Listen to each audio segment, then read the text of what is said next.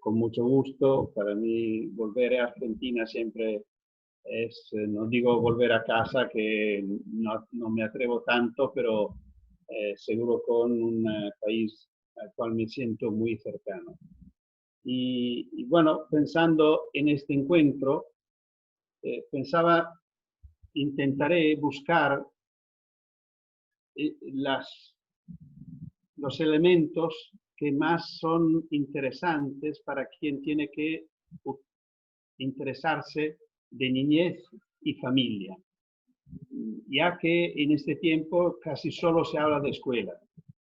Yo creo que tenemos que hablar de escuela, pero me interesaría mucho poner en énfasis, en subrayar una relación que yo veo nueva, que podemos identificar, descubrir, valorar entre los varios protagonistas del proceso educativo y de desarrollo de los niños y de las niñas. Para empezar, me gusta empezar de cómo empezó para nosotros el enfrentamiento con esta novedad que de hace 3 meses. Nosotros mañana, yo personalmente, mañana voy a cumplir 3 meses de aislamiento.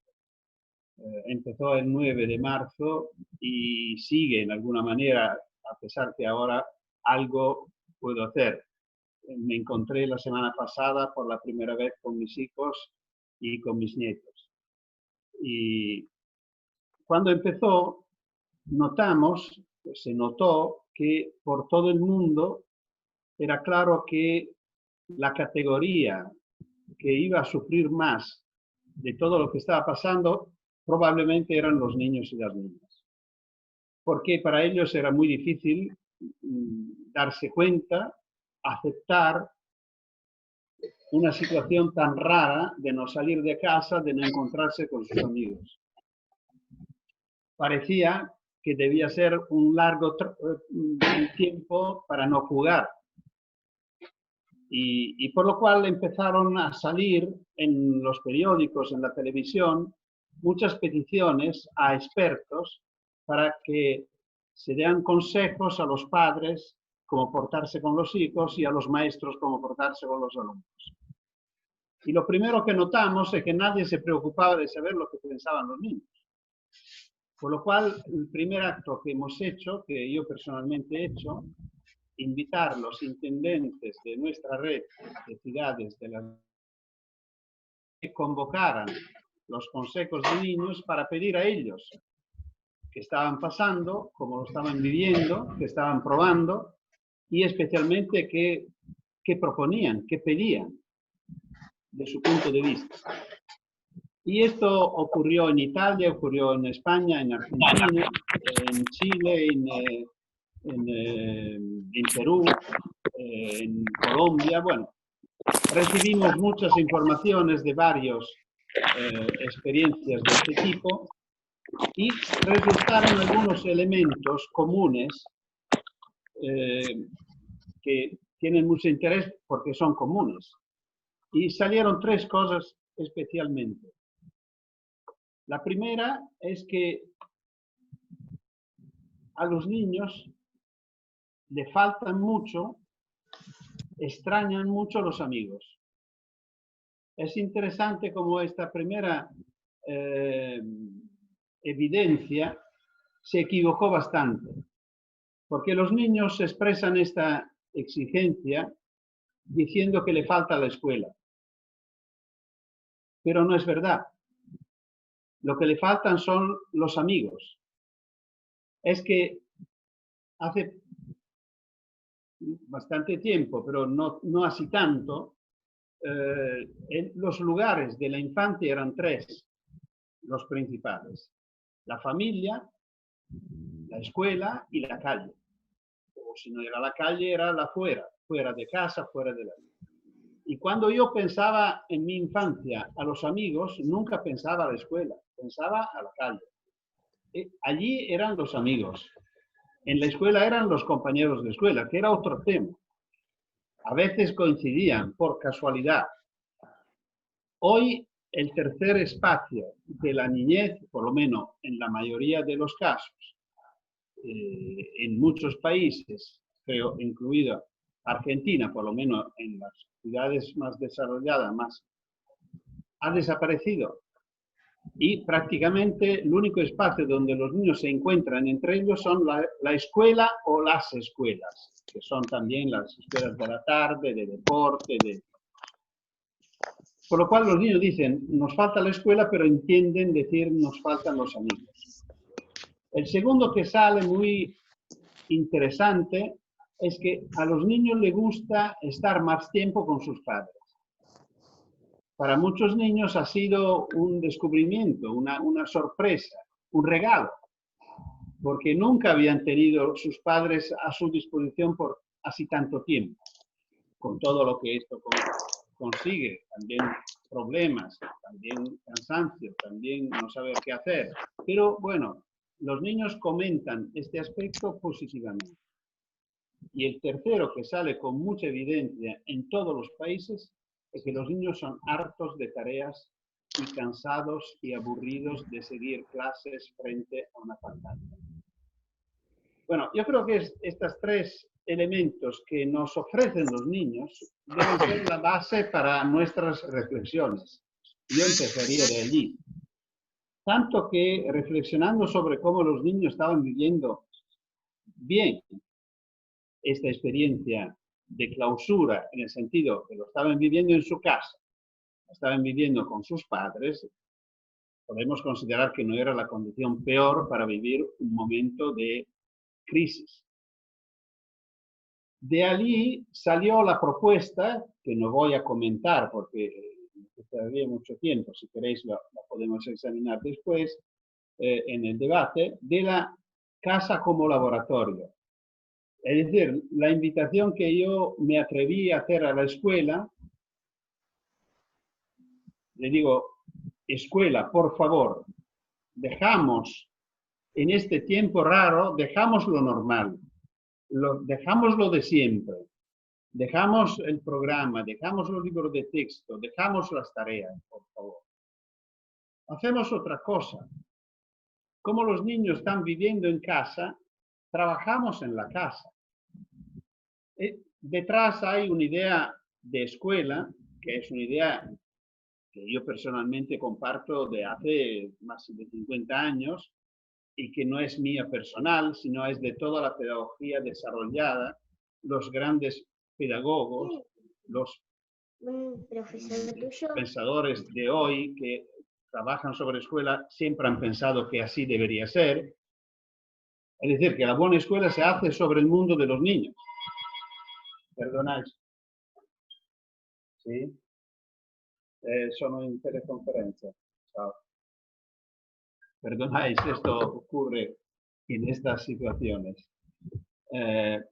Decía que, por favor, la escuela suspenda su normalidad y se ocupe del mundo de los niños. Como en este tiempo el mundo se ha reducido a su casa, la propuesta era: aprovechamos de la colaboración de los padres para hacer cosas de casa, cosas domésticas, como nuevas tareas.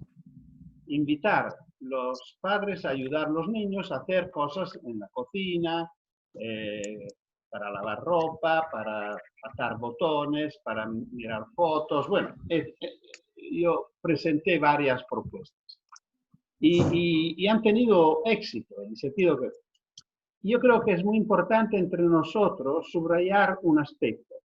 Por lo menos en Italia nosotros vivimos un problema muy gordo de conflicto, como decía antes, entre escuela y familia.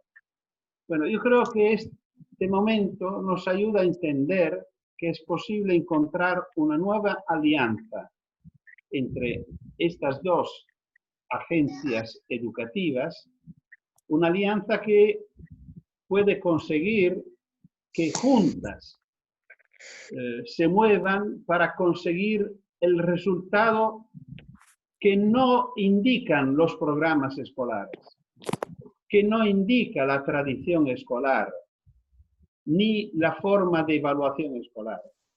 pero que indican las leyes que deberían valer para todos. Me refiero a la Convención de los Derechos del Niño, que al artículo 29 lo dice muy claro. Yo creo que no hay muchas dudas sobre la interpretación de este artículo, porque dice que los Estados partes convienen en que la educación del niño deberá estar encaminada a desarrollar su personalidad, sus aptitudes y su capacidad mental y física hasta el máximo de sus posibilidades. Significa que el objetivo de la educación no es que niños y niñas consiguen los resultados previstos, sino que los educadores, familia y escuela, ayuden cada uno de los hijos y de los alumnos a encontrar sus actitudes. Los que otros autores llaman el elemento, dice Robinson, las inteligencias múltiples, dice Gardner, el juguete preferido, dice Gabriel García Márquez, con una expresión muy divertida, muy simpática. La ley dice las aptitudes. Podemos decir que cada uno busque lo por lo cual nació.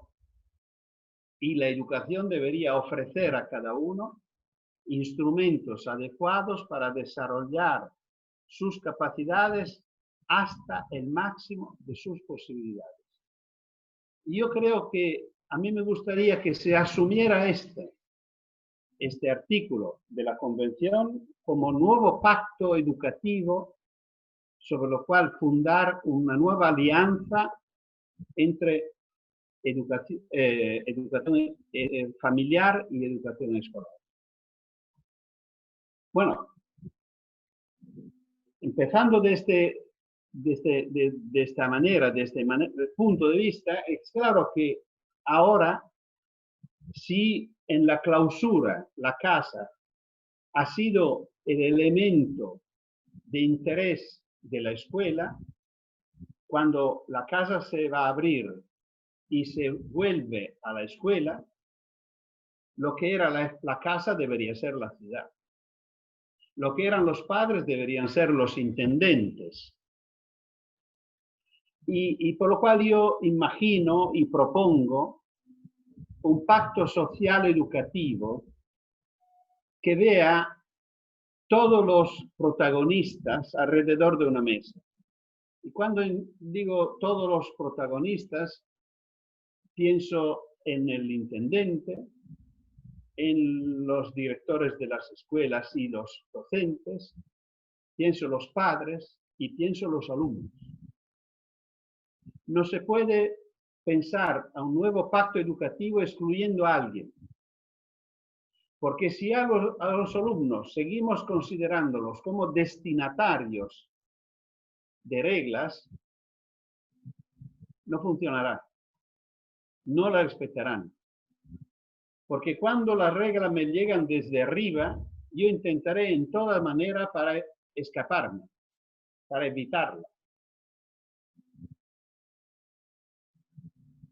Y como tenemos un peligro real que tiene que ver con la salud, yo espero que en este caso la gente sea disponible a un nuevo pacto educativo. Lo digo con tristeza, porque yo creo que la exigencia educativa a lo mejor debía ser más urgente, más fuerte que la misma necesidad de salud. Pero no ha sido así. Han pasado muchos años desde que proponemos estos cambios y no lo conseguimos. A lo mejor un virus tiene más poder y puede ser una razón para movernos hacia un cambio real, poco como lo dice Einstein cuando dice que las crisis pueden ser una bendición para personas y países porque llevan progresos. Ojalá que sea verdad. ¿Y de qué podemos hablar en esta mesa compartida? me gustaría que alrededor de esta mesa las autoridades políticas y administrativas, las autoridades didácticas y educativas, los padres, las familias y los niños se pongan una pregunta. ¿Qué vamos a hacer? ¿Cómo lo vamos a solucionar? Y allí se discute juntos y se elaboran propuestas novedosas. ¿Cómo garantizar la distancia? ¿Cómo trabajar con las defensas necesarias? ¿Cómo garantizar la limpieza de las manos? Y todos los que será necesario. Esperamos que nos pidan solo lo que es necesario. Y hasta que será necesario, porque no vemos la hora de abrazarnos de nuevo. Y yo creo que es importante mantener este deseo. Con esta actitud, yo estoy pensando algunas propuestas que, repito, deberían encontrar el interés común del ámbito educativo, cívico y familiar. Y no que uno lo pida al otro y el otro tiene que concederlo, porque así no funcionará. Pienso, por ejemplo, que frente al tema que las escuelas son insuficientes como espacio para garantizar una separación de los niños y de las niñas.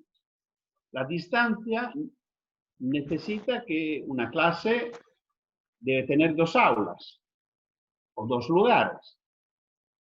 Hay que ampliar el espacio de la escuela. Hay que ampliar las ocasiones educativas. Aquí yo creo que es muy importante la intervención de la ciudad con un intendente que invita las fuerzas públicas y privadas de la ciudad a ofrecer ocasiones y oportunidades a la educación. Que de la escuela se pueda salir con grupos más o menos grandes para visitar o para vivir experiencias en lugares que no tienen mucho que ver con la escuela. Puede ser una granja, puede ser una fábrica, puede ser una panadería, como fue en algunas experiencias italianas muy simpáticas y divertidas. Los panaderos de Turín invitaban a los niños y las niñas a las 7 de la mañana para hacerse el pan, cocerlo y lo llevaban caliente en el bolsillo para irse a la escuela. Claro que la escuela, si quería, podía trabajar sobre este proceso, qué significa el pan, qué significa la parte alimentaria del pan, la parte histórica. Bueno, yo creo que se puede trabajar meses sobre este tema, aprovechando de una experiencia concreta que los niños han hecho y que probablemente no habían nunca hecho en su vida. De esta manera se propusieron muchas experiencias. En este tiempo el problema no era la pandemia, el problema era las demasiadas horas que los niños tenían que pasar a la escuela. Era una escuela de 8 horas, se estaba experimentando lo que llamamos en Italia el tiempo lleno, y el problema era que parecía imposible que los niños podían pasar tantas horas sentados en el mismo lugar. En este momento tenemos el mismo problema, pero porque los niños no pueden pasar tantas horas sentados y cercanos en el mismo lugar, por lo cual tenemos que diferenciar. Esto es una propuesta.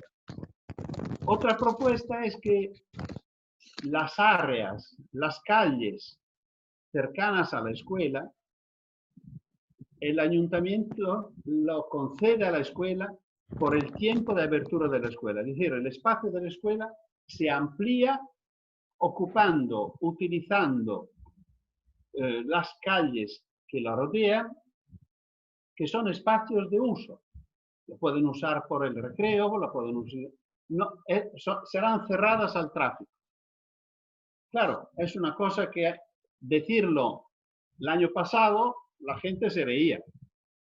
Hoy yo creo que se puede. no sé si se atreverán los ayuntamientos, las ciudades, yo espero que sí. Sería también una intervención interesante a nivel ambiental, porque significa considerar que alrededor de una escuela hay un área de respeto, de no contaminación, porque no hay tráfico, donde se puede aumentar, por ejemplo, la presencia de árboles, donde se puede diseñar maneras distintas de uso, porque puede, repito, para recreo, pero puede ser para gimnasia, puede ser para clases. Podemos imaginar con los niños, proyectándolos y diseñándolos juntos, muebles ligeros que se pueden llevar y poner y sacar, porque no tan el tiempo... claustro, sino más libre, ¿entendés? Como que la educación así va a llegar. El tiempo de reserva de estos espacios será parcial, no por todo el día. Otra propuesta que me parecía interesante avanzar era la propuesta de que los niños se muevan solos. Esto, aprovechar de esta ocasión para avanzar con la autonomía de los niños. Si son solos, se portan mejor. Si son solos, respetan las reglas. Y reducimos de la mitad la gente que se mueve. Y reducir de la mitad es muy importante en este momento. Garantizar las distancias con la mitad de la gente es más fácil. Claro, esto yo creo que también, claro, ¿esto qué significa? Significa, como en Argentina se ha hecho varias veces, se ha hecho en Buenos Aires, se ha hecho en Rosario, experiencias de ir solos a la escuela, y siempre ha funcionado muy bien. Significa involucrar a los comerciantes para que den soporte a los niños que se mueven solos, ofreciéndole el baño si lo necesitan, un vaso de agua, limpiarse las manos, por ejemplo, ahora que es una necesidad nueva, una tirita si se han estropeado una rodilla o algo. Bueno, se crea un vecindario, se crea una comunidad, y yo creo que todo esto es muy importante. No voy a ponerme más que tanto dentro del tema más central de esta propuesta, que es el cambio que pedimos a la escuela. El cambio fundamental, lo digo sin analizarlo demasiado porque necesitaría mucho tiempo, es que así como hemos propuesto la casa como laboratorio, la propuesta es que la escuela renuncie a las aulas y se organice como una escuela de laboratorios y talleres. ¿Qué significa? Significa que las aulas es una manera para utilizar el espacio muy raro. De una escuela se utiliza menos que la mitad del espacio. Solo se utilizan las aulas, que son lugares todos iguales, equipados en la misma manera, y por lo cual son muy frágiles. Desde un punto de vista ambiental, serían insostenibles, porque si un ambiente pierde diversidad, muere. Y la escuela tiene esta fragilidad. Tiene pasillos, tiene entradas, tiene sótanos, todo es inútil. Y patios y jardines. Bueno, al contrario, todos estos espacios pueden ser aprovechados para crear lugares especializados para hacer cosas distintas, para facilitar que los niños encuentran su vocación, encontrando varias propuestas y no solo las 2 o 3 que normalmente la escuela hace o valora. Por lo cual estarán talleres de varias naturalezas y los niños se van a mover. Claro que moviéndose los niños es más fácil crear grupos más pequeños y permitir que, siendo todo en el mismo ámbito, menos los que se van a visitar cosas fuera de la escuela, será fácil por un adulto controlar más que un grupo. Así como normalmente hace un buen maestro que no trabaja con la clase, sino trabaja con grupos autónomos. Y los grupos tienen su manera. La última propuesta, que me parece la que a nosotros, a vosotros, debería interesar casi más que todas, es que en todo esto, ya lo he dicho antes, los niños sean protagonistas y no destinatarios. Es decir, que en las escuelas se creen, en respeto del artículo 12 de la Convención de los Derechos del Niño, consejos de alumnos con representantes. Nosotros proponemos que sean elegidos por sorteo, de manera que no sean imitaciones de políticos. Que sean representados en igual número niños y niñas de todos los niveles escolares, que en este tiempo yo creo todas las semanas deberían encontrarse, este consejo de alumnos, todas las semanas encontrarse con el director de la escuela para ver cómo funciona, cómo está funcionando todo lo que hemos propuesto. Y si no funciona, cómo podemos intervenir. De manera que los niños se sientan adentro, no se sientan afuera. Repito, no destinatarios de reglas, sino autores de estas reglas que la han reconocida como necesaria. Para terminar, los pocos minutos que quedan, me gusta, porque cité el artículo 29, repito, lo propongo como nuevo pacto entre las agencias educativas, escuela y familia, el artículo 12 sobre la participación de los niños como autores de opiniones y el artículo 31. Yo creo que en este momento tenemos que dar un valor muy alto al juego. En los últimos tiempos muchos periodistas, llamándome, me pusieron la pregunta: ¿qué va a pasar a los niños después de este trauma? ¿Será como cuando hay una guerra? ¿Será como cuando hay un terremoto? Yo no lo creo. No sé si soy un optimista de naturaleza, de natura, pero yo creo que los niños, por lo que he dicho anteriormente, no lo han vivido en una forma traumática, por lo menos la mayoría. Claro que hay situaciones, ya lo sé, pero estas no dependen de esta situación absurda. Esta situación ha vuelto a los niños a vivir una experiencia familiar muy fuerte, lo han vivido en su casa, lo han vivido con sus padres, por lo cual yo no creo que es un trauma que necesita psicólogos para entendernos. Y yo creo que necesita una comprensión de parte de la ciudad y de los padres. Y el juego puede ser la solución. Yo creo que el valor terapéutico más fuerte lo tiene el juego. Espero que no se recorra a medicamentos, sino a jugar. Y claro que sería muy interesante respetar lo que dice el artículo 31, que dice que los niños tienen derecho al tiempo libre y al juego. Es interesante notar que en la versión original de la lengua inglesa, se usa el verbo to engage in play. Los niños tienen derecho a comprometerse en el juego. Es muy fuerte. Es la única vez que se usa este verbo tan fuerte referido a los niños. Diría que es casi el único deber, el único derecho de la Convención que hay que leerlo como un deber. Los niños tienen el deber de jugar, porque esto es absolutamente necesario por su desarrollo y en alguna manera es necesario también para nosotros, para el entorno, para la sociedad, para la ciudad, para la escuela y para la familia. Para que si queremos conocer nuestros hijos, tenemos que dejarlos jugar, no acompañarlos a jugar, dejarlos. Si la escuela quiere conocer el mundo de sus alumnos, tiene que los niños jueguen por la tarde y lo cuenten por la mañana después.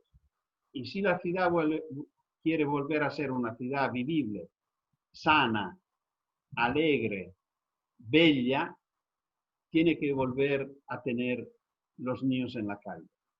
Y por todo esto, yo creo que sería muy importante que los niños puedan sumar la fin de la pandemia con el empezar de su autonomía.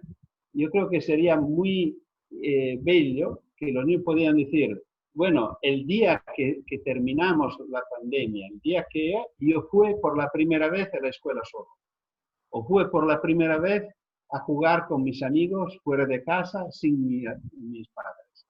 Por lo cual, yo creo que esta asociación puede rescatar mucho de todas las exigencias que los niños seguro que tienen y compensar en alguna manera todo el esfuerzo que han hecho quedándose cerrados y parados por todo este tiempo. Bueno, yo creo que no ocupé todo mi tiempo y estoy más contento así porque tenemos más tiempo para hablar juntos, que creo que siempre es la parte más interesante que tenemos. Por lo cual estoy a vuestra disposición. Bueno, muchísimas gracias, Francesco, por esta presentación tan hermosa, tan clara, tan concreta y tan llena de cercanía a todos los niños y niñas. Tenemos muchísimas preguntas y comentarios, yo se los voy agrupando. Algunos fueron apareciendo durante la charla y usted ya lo fue abordando. De todas maneras, algunas se las alcanzo. Por ejemplo, cómo compatibilizar esta idea de que los niños puedan estar solos por la calle con la vida en las grandes ciudades, ¿no? Donde aparecen otras variables que se van poniendo en juego, como el tema de la seguridad, el tránsito, las largas distancias, etc. Esto es un tema muy interesante y bueno, necesitaría mucho, porque los padres que hoy en día no dejan sus hijos sueltos en la calle, lo han podido hacer de niños, casi siempre. La ciudad que han vivido los padres de hoy era peor de la de hoy. Los datos que tenemos, por lo menos los datos que yo conozco de Italia, pero me han confirmado que igual pasa en España, creo también en Argentina, es que las ciudades lentamente, no tanto como queremos, pero van mejorando, no peorando. Se reducen los accidentes de tráfico y de tránsito y se reducen los delitos. Lo raro es que mientras que se reduce el peligro, aumenta el miedo. Y esto es el tema verdadero. Es que el miedo ha perdido su relación con el peligro y esto es muy grave.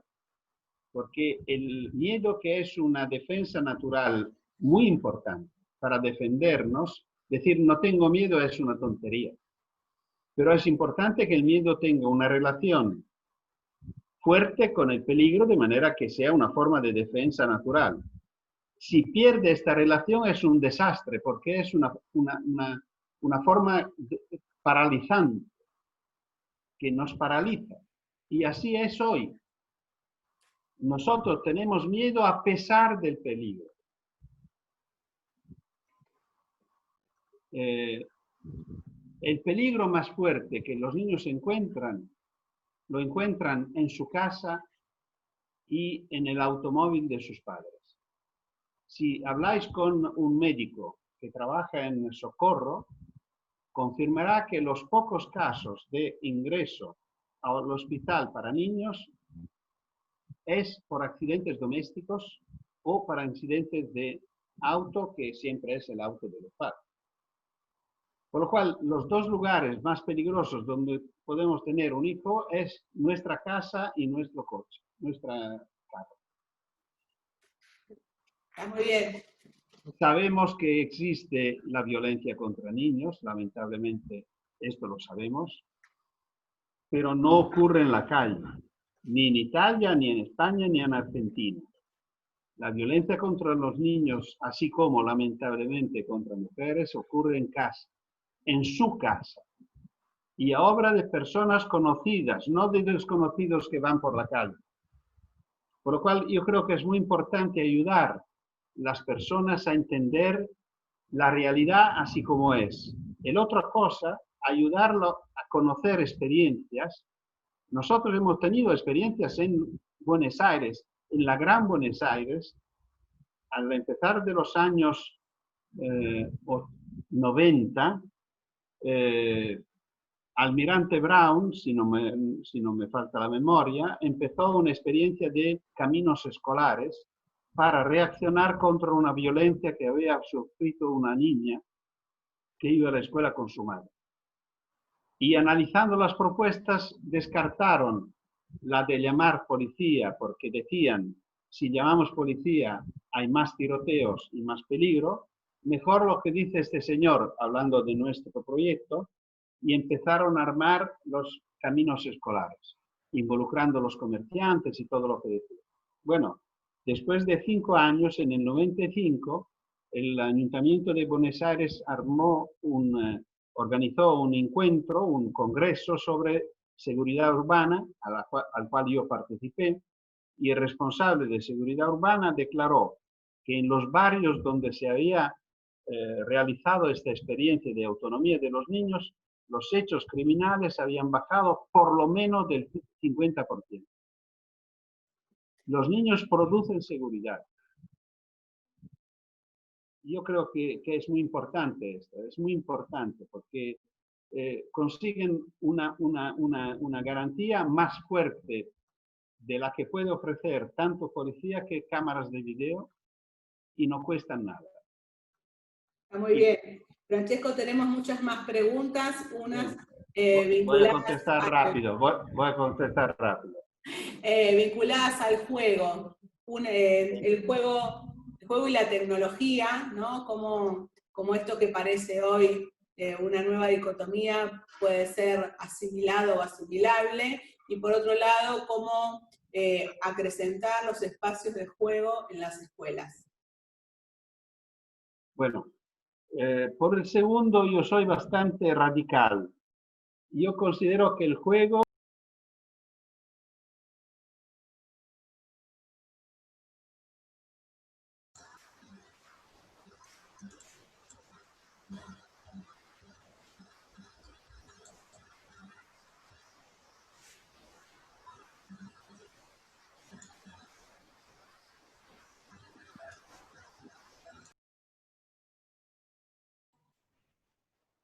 Tiene el audio silenciado. Se le silenció el micrófono, Francesco. Yo no lo puedo. Lo ha hecho solo, se ve que estaba diciendo tonterías, no sé. Decía que yo creo que el juego es una competencia de los niños. Menos los adultos se ponen en esto, mejor. Por esto soy tan crítico con los espacios de juego de las ciudades, estos con columpios y toboganes, que creo no tienen nada que ver con el juego, no tiene sentido. Por lo cual yo creo que el juego no debe ser un método escolar, porque el juego es juego si es gratuito, no tiene objetivos, no tiene finalidades. Se juega para jugar, no se juega para ni aprender y tal. La escuela debe hacer todo lo que puede para ser interesantes, casi como un juego. Esto sí, que pueda interesar a los niños, apasionar a los niños, que los niños no vean la hora que vuelve el lunes, sí que lo comparten. Y cuando lo consiguen, es una buena escuela. Pero repito, el juego yo creo que es otra cosa. Y la primera parte de la pregunta... Era juego y tecnología. Ah, bueno. Bueno, la tecnología salió muy mal de esta experiencia. A los niños, yo creo que el virus ha conseguido lo que nosotros no hemos conseguido en todos estos años. Que son hartos de tecnología. ¿Por qué? Porque la escuela lo utilizó de nuevo en una forma obsesiva, poniéndolos sentados frente a una pantalla por horas. Y esto no tiene sentido. Yo considero que la tecnología es un gran recurso, que puede ser un gran recurso también educativo y también escolar, pero es un instrumento, un material, no es la didáctica. Yo creo que la equivocación es pensar que la tecnología pueda ser la didáctica de mañana. Esto no. Yo creo que esto ha salido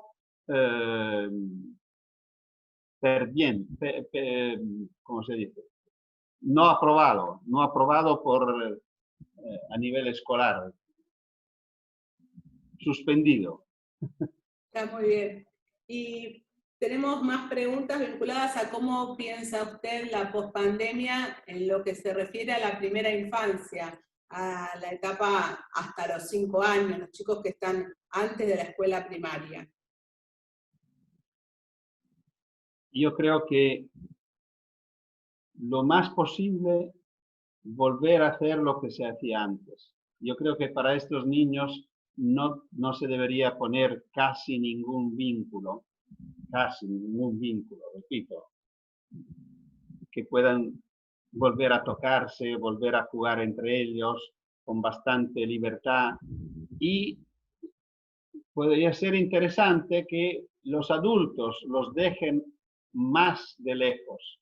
Y de nuevo es una ganancia para los niños. Es decir, el problema es reducir los contactos entre adultos y niños, y no entre los niños. Y esto sería un beneficio para los niños porque de nuevo es un aporte a la autonomía. Hay que considerar que la autonomía no es una conquista que ocurre en un año de la vida. Empieza con el corte del cordón umbilical y debe seguir todos los días de la vida aumentando siempre un poco. Y por lo cual hay una autonomía de los 3 años, de los 2 años, de todo el tiempo, y creo que, bueno, yo propongo que más pronto posible sea una condición lo más posible normal. Está muy bien. Muchas gracias. Y también algunos participantes nos preguntan su mirada acerca de pedagogías del estilo pedagogía Waldorf, Reggio Emilia, cuál es su mirada respecto de ellas y el vínculo con la institución escolar.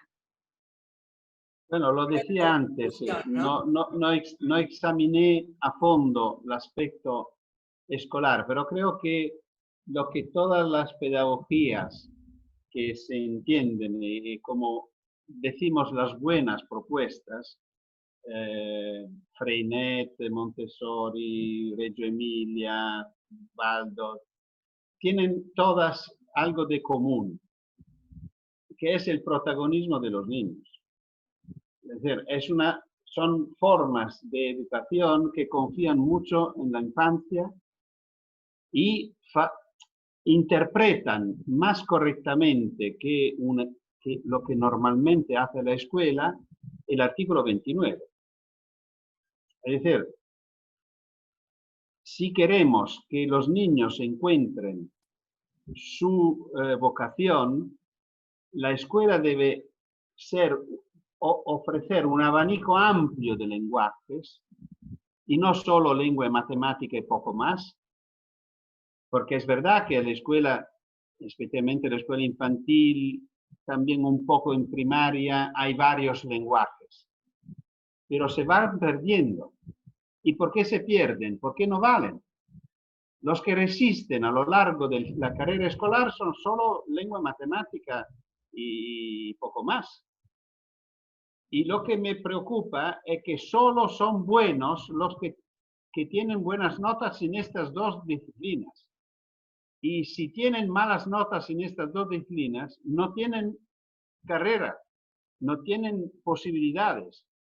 Y esto es un absurdo total, porque significa que no es verdad lo del desarrollo a lo máximo nivel posible para todos. Y esto, repito, una escuela como la que yo presentaba, hecha de talleres y laboratorios, donde hay talleres de matemática, pero también de mecánica, de una huerta al aire, si es posible tener animales, una de música y un teatro, una biblioteca donde vamos a leer libros y tal, una escuela donde hay lugares muy distintos entre ellos y muy especializados, de manera que los niños son motivados a hacer cosas, porque si vamos a ver en los niveles altos de nuestras sociedades, los científicos, los artistas y los artesanos no trabajan en cualquier lugar, trabajan en sus talleres y en sus laboratorios. Solo en la escuela se hace de todo en un pupitre. Y esto lo hace muy complicado. Y lo que me preocupa más es que lo hace complicado para los últimos. Y los últimos son los únicos que me preocupan. En ese sentido, queríamos llevarlo también al campo de las políticas públicas, ¿no? Nosotros como CENAF, como organismo rector de políticas públicas, tenemos muchas veces como un campo de especificidad o competencias vinculadas a los niños sin cuidados parentales o niños a los cuales se han habilitado medidas de protección especial. ¿Cómo pensar el rol de estas instituciones, de estos organismos de protección? También después tiene su correlato, ¿no? A nivel provincial y municipal, para alinearse con estas propuestas que usted nos ha presentado. Bueno, yo creo que hay un principio abajo de todo esto que es un principio fundamental de civilidad, de democracia, que es el derecho a la diversidad. Tenemos que empezar a pensar que todos somos diferentes. Me gusta mucho una definición que daba Oliver Sacks, el gran neuropsiquiatra infantil americano, cuando decía que los niños sordos son exactamente igual que los demás, solo que no oyen. Y parece una definición banal. Si la pensamos, es una definición revolucionaria. Porque para sus padres, para sus maestros, y a veces, lamentablemente, para los mismos niños, ellos se sienten totalmente distintos de los demás porque no oyen. Y es una injusticia total, porque es...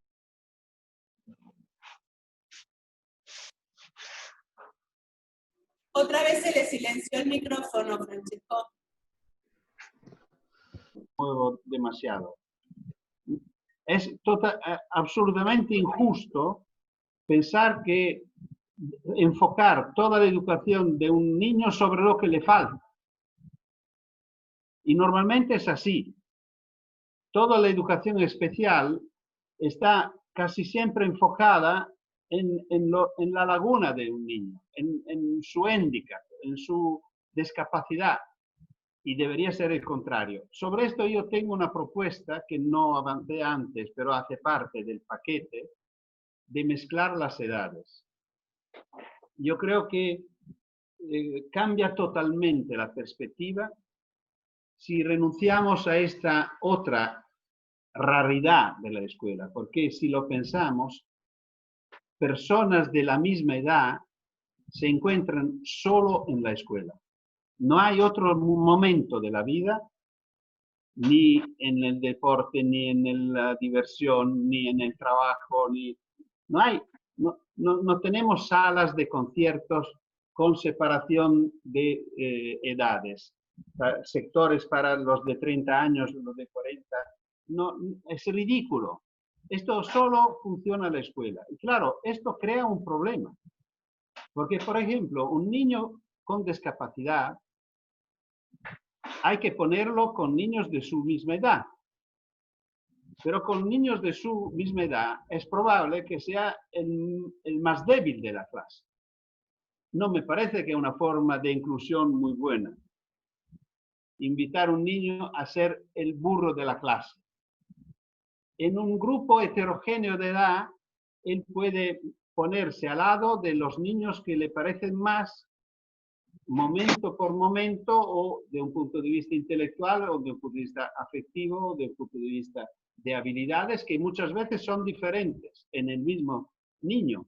que tiene una discapacidad fuerte en un ámbito, pero no lo tiene en otros. Y por lo cual esto puede ser una forma, así como en este momento de post-pandemia, cuando tendremos un problema muy fuerte de autonomía de los niños, porque no tenemos tantos maestros para controlar los grupos que tendrán que ser más pequeños. No sé cómo lo vais a enfrentar vosotros. En Italia esto es un gran tema, porque por un lado se necesitarían el doble de aulas y por otro lado el doble de maestros para dividir el aula por las distancias. ¿Esto por qué? Es un absurdo, porque es una manera para pensar esta situación sin cambiar nada. Es decir, si queremos hacer la escuela así como lo hemos hecho antes, tenemos que tener el doble de espacio y el doble de personas. Pero el tema es que no podemos hacer la escuela como antes. Ahora, si tenemos que hacer grupos más pequeños, si los grupos fueran de edades mezcladas, serían más autónomos, porque pueden gozar de la presencia de mayores y menores. El tema es que las mejores experiencias que tenemos, yo me refiero, por ejemplo, a la experiencia de Freinet, por un lado, y la experiencia de Don Milani, de Carta a una maestra, del otro lado, son dos experiencias donde los maestros tenían muchos problemas de salud y han tenido que hacer una escuela donde eran los alumnos que enseñaban más que el maestro. Y fueron modelos que siguen siendo para nosotros puntos de referencia. Francesco, bueno, vamos llegando un poquito al final de este encuentro. Pues yo quería hacerle conocer a los compañeros y compañeras y ratificarle a usted lo que conversamos en la reunión del viernes pasado, que vamos a seguir buscando puntos de trabajo en común.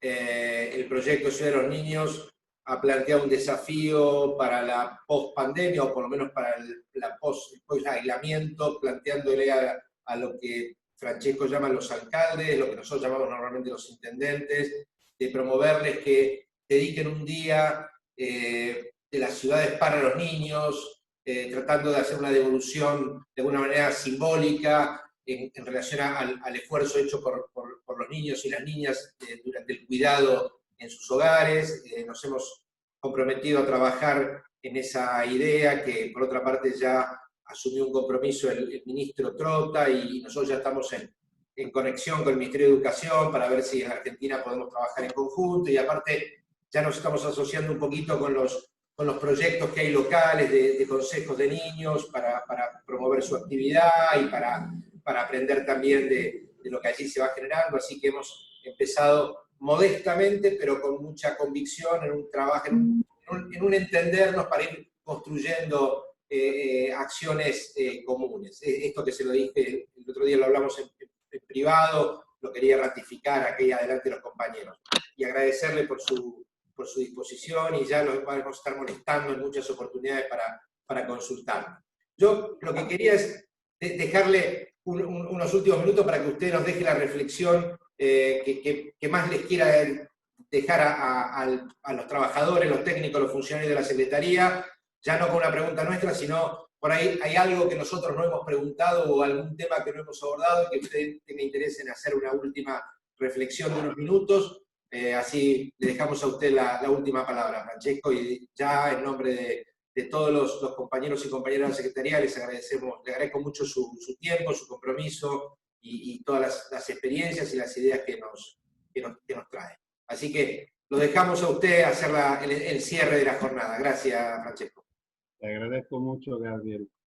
Y bueno, es que para mí es una novedad hablar a un nivel tan alto. Normalmente no me toca hablar con ministros o con secretarios o con instituciones de este nivel. Yo creo que tenéis una responsabilidad muy grande y una oportunidad muy grande.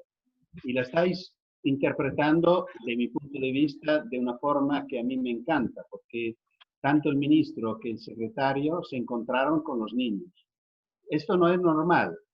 Es una un testimonio, es un ejemplo muy importante de mi punto de vista. Nosotros lo estamos promoviendo mucho, lo estamos diciendo mucho a otros países, diciendo, miráis qué ha hecho Argentina, un ministro, un secretario, se encontraron con los niños, hablaron con ellos, los escucharon.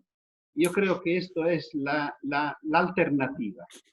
La alternativa es ponernos en diálogo con los niños y con ellos llegar a decisiones. Repito, en Italia estoy mirando exactamente el contrario.